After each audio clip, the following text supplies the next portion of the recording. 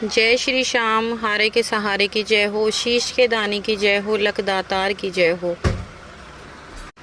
दोस्तों, उम्मीद करती हूँ श्याम बाबा के आशीर्वाद से, श्याम बाबा की कृपा से आप और आपका परिवार कुशल मंगल होगा और श्याम बाबा की कृपा हमेशा अपने भक्तों पर ऐसे ही बनी रहे। श्याम बाबा हमेशा अपने भक्तों का ऐसे ही कल्याण करते रहें। दोस्तों, जो लोग हमारे वीडियोस को देख रहे हैं, जो हमारे चैनल से जुड़ रहे हैं, सबसे पहले वो हमारे चैनल को सब्सक्राइब ज़रूर कर लें और सब्सक्राइब कर बेल आइकन को प्रेस कर लें ताकि आने वाले वीडियोस के नोटिफिकेशन सबसे पहले आप तक पहुंचें। क्योंकि हम अपने चैनल पर श्याम बाबा से जुड़ी जानकारियां, श्याम बाबा के सत्य चमत्कार और बाबा श्याम के अनुभव आप सभी लोगों के साथ शेयर करते हैं। और जितना हो सके हमारे वीडियोस को ज़्यादा से ज़्यादा शेयर करें ताकि और भी लोग बाबा श्याम से जुड़ सकें। तो चलिए ज़्यादा देर ना करते हुए वीडियो को आगे बढ़ाते हैं। वीडियो शुरू करने से पहले सभी भक्तों को जय श्री श्याम।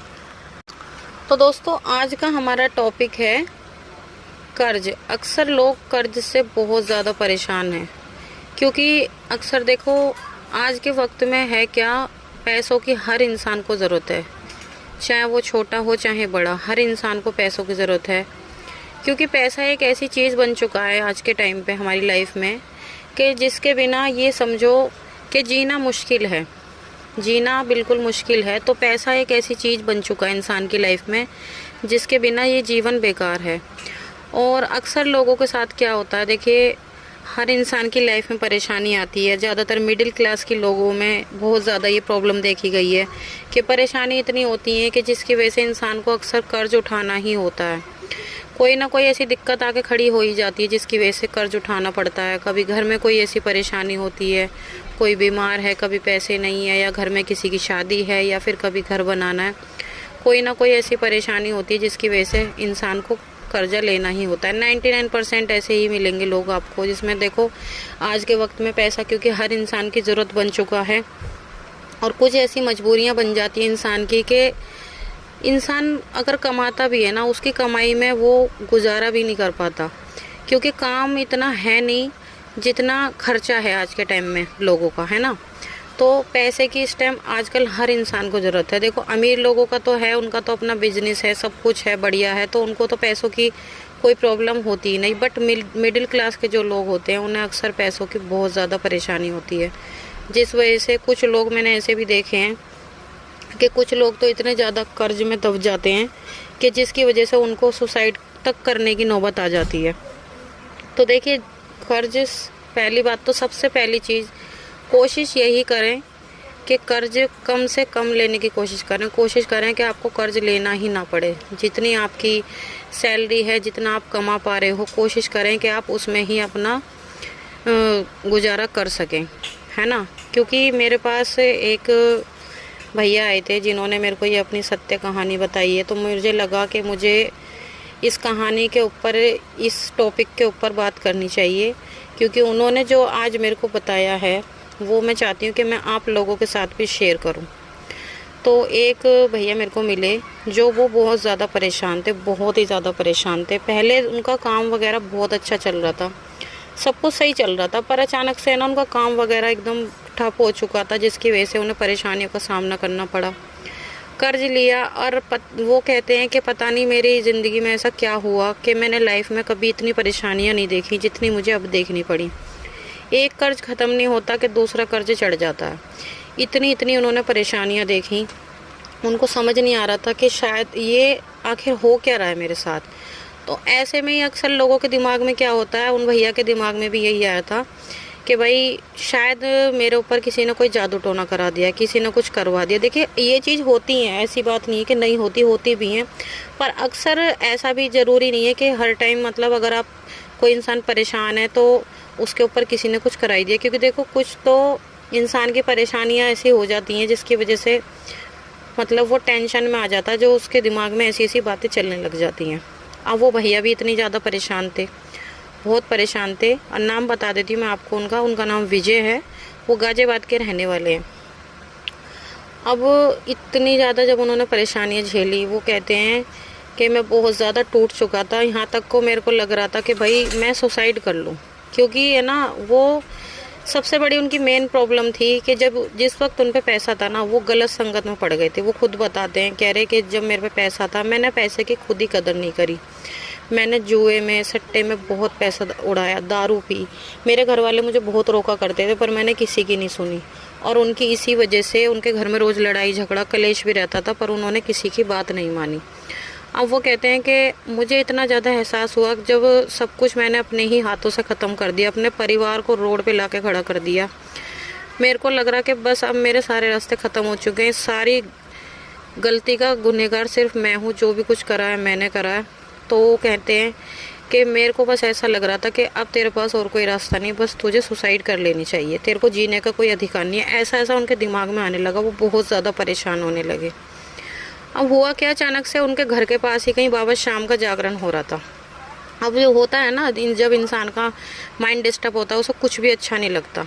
तो फिर भी उनकी वाइफ ने उनको दिलासा दिया कि चलो एक बारी वहाँ बाबा श्याम के यहाँ पर हम हाजिरी लगाई आते हैं, बाबा श्याम से अर्जी लगाते हैं। सब कहते हैं कि वो हारे का सहारा है, शायद वो हमारी भी सुन लें कि देखो अब जो कोई बात नहीं, जो आपसे हो गया सो हो गया। देखिए होता है ना, घर वाले तो फिर भी अपनों को सपोर्ट करते ही हैं। उनकी वाइफ को भी यही लगा कि चलो अब जो हो गया सो हो गया। अब उनको भी यही चिंता थी कि कभी इन्हें कुछ हो ना जाए, ये कुछ कर ना ले, फिर बच्चों का क्या होगा। वो ना बहुत ज़्यादा समझाती पर उनको नहीं समझ आ रहा। फिर भी वो उनके कहने पर जैसे तैसे वहाँ पर चले गए। उनकी वाइफ ने उन्हें काफ़ी समझाया और कहा कि चलो एक बार चलते हैं। सब कहते हैं वो हारे का सहारा है, देखते हैं क्या पता श्याम बाबा हमारी ही मदद कर दें। तो वो बताती है कि हम श्याम बाबा के कीर्तन में गए, उनके घर के पास ही कीर्तन हो रहा था। उन्होंने वहाँ पर 11 रुपये चढ़ाए और श्याम बाबा से अर्जी लगाई कि हे श्याम बाबा, हम बहुत परेशान हैं, हम पूरी तरह टूट चुके हैं। और उनके हस्बैंड ने जो कहा उन्होंने मुझे वही बताया। वो कहते हैं कि जो मैंने वहाँ पर बाबा श्याम से कहा वही मैं आपको बता रहा हूँ। उन्होंने यही कहा कि श्याम बाबा, मुझसे बहुत बड़ी भूल हो गई है, मैंने सब कुछ अपने हाथों से ख़त्म कर दिया। बाबा कुछ भी करके मेरा सब कुछ पहले की तरह अच्छा कर दो, अब मैं कभी ऐसा कुछ नहीं करूँगा, मेरा सारा कर्ज उतरवा दो। इस तरह से उन्होंने श्याम बाबा से अर्जी लगाई और श्याम बाबा से अर्जी लगाकर श्याम बाबा कीर्तन सुनकर वो अपने घर आ गए। फिर अपना वही उनका मतलब सब कुछ ख़राब तो हो ही चुका था, एकदम सब बेकार हो चुका था। अब आप यकीन नहीं करोगे, उन पे करीब 3 लाख रुपए कर्जा था। अब देखो कर्ज वाले इंसान को तो चाहे 2 लाख हो, चाहे वो 50,000 हो या फिर 10 लाख हो, ज़्यादा जो कर्जे वाला इंसान है, जो परेशान है, उसको तो बहुत ज़्यादा लगता है। अब जिस टाइम, और वैसे भी वो उस टाइम बिल्कुल परेशान थे, 3 लाख उस इंसान के लिए बहुत बड़ी रकम होती है। उन पे 3 लाख का कर्जा था। वो बताते हैं कि करीब 15 दिन बाद उनके पास एक अंकल आए, उनके पड़ोस में ही रहते हैं। तो वो कहने लगे कि बेटा मेरे को है ना अपने कुछ पैसे कहीं पर इन्वेस्ट करने, कहीं कुछ काम हो, क्योंकि उनका अच्छा खासा काम था। तो उन्हें लगा कि शायद कहीं पर कुछ मेरे पैसे इन्वेस्ट करा दे, जिस वजह से मेरे को वो ब्याज के रूप में पैसा बढ़कर मिल जाए। तो उन्होंने कहा कि मेरे को अपना पैसा इन्वेस्ट करना है, तो अच्छे से मार्केटिंग वगैरह जानता है, तेरा काम वगैरह काफ़ी अच्छा भी है, और तो तू मेरा कहीं पर करा दे। तो उस टाइम विजय जी ने अंकल से कुछ नहीं कहा, क्योंकि अंकल को पता नहीं था कि इनका सब कुछ ख़राब हो गया। तो उन्होंने कहा कि ठीक है अंकल जी, लेकिन आपको कम से कम 2 साल का वक्त लगेगा, जिसमें आपको पैसा आपका ये डबल होके मिलेगा। इस तरह से उन्होंने उनसे कह दिया।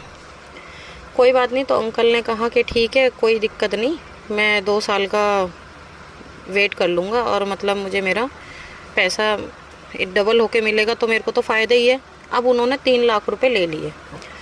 अब 3 लाख रुपए ले लिए। अब उन्होंने जो भी उन पे कर्जा था, उन्होंने वो सारा कर्जा उतार दिया, सारा कर्जा उन्होंने उतार दिया। अब उनके दिमाग में और ज़्यादा टेंशन हो गई। अब उन्होंने सोचा कि भाई मैंने कह तो दिया है कि आपका पैसा डबल होके मिलेगा, अब मैं उन्हें दूंगा कैसे, अभी मेरा कुछ काम नहीं है, कुछ नहीं है, अब मैं उनको पैसा दूंगा तो दूंगा कैसे। अब उन्होंने क्या किया, सारा कर्जा तो उतार दिया। अब उन्हें लगा कि भाई अब मुझे ये कुछ भी करके ये कर्जा उतारना है। अब होता क्या है, उनके पास तभी के तभी एक कॉल आती है उनके दोस्त की, और उनका दोस्त कहता है कि भाई मैं ऐसे ऐसे काम शुरू कर रहा हूँ, कपड़े का बिजनेस कर रहा हूँ, अगर तो पार्टनरशिप में करना चाहे तो कर सकता है। अब जब उनके पास कुछ पैसे ही नहीं थे, उन्होंने कहा कि भाई देख मेरे पास तो कुछ नहीं है, ऐसे ऐसे ये बात है। सारी बात उन्होंने अपने दोस्त को बता दी। तभी उनके दोस्त ने कहा कि तो चिंता मत कर, पैसा मैं लगाऊंगा, और चल दोनों पार्टनरशिप में मिलकर काम करते हैं। उन्होंने हाँ बोल दिया और अपना व्यापार शुरू कर दिया। अब उनको क्या करीब 2 साल बीत चुके हैं। 2 साल में उन्होंने उन अंकल का जो पैसा लिया था वो उनको डबल करके 6 लाख रुपए करके दे दिया। उन्होंने कहा कि मेरे को लगा कि चलो मैं ब्याज भर रहा हूँ, मैंने यही समझ के उनको उनका पैसा लौटा दिया। और वो कहते हैं कि जब से मैं श्याम बाबा को इतना मानता हूँ, श्याम बाबा ने मेरी ज़िंदगी में इतना बड़ा चमत्कार किया, क्योंकि उस टाइम वो कर्जे से इतने परेशान थे। वो कहते हैं कि मैं इतना ज़्यादा दब चुका था कि तगादे वाले रोज़ मेरे घर के आगे आके खड़े होते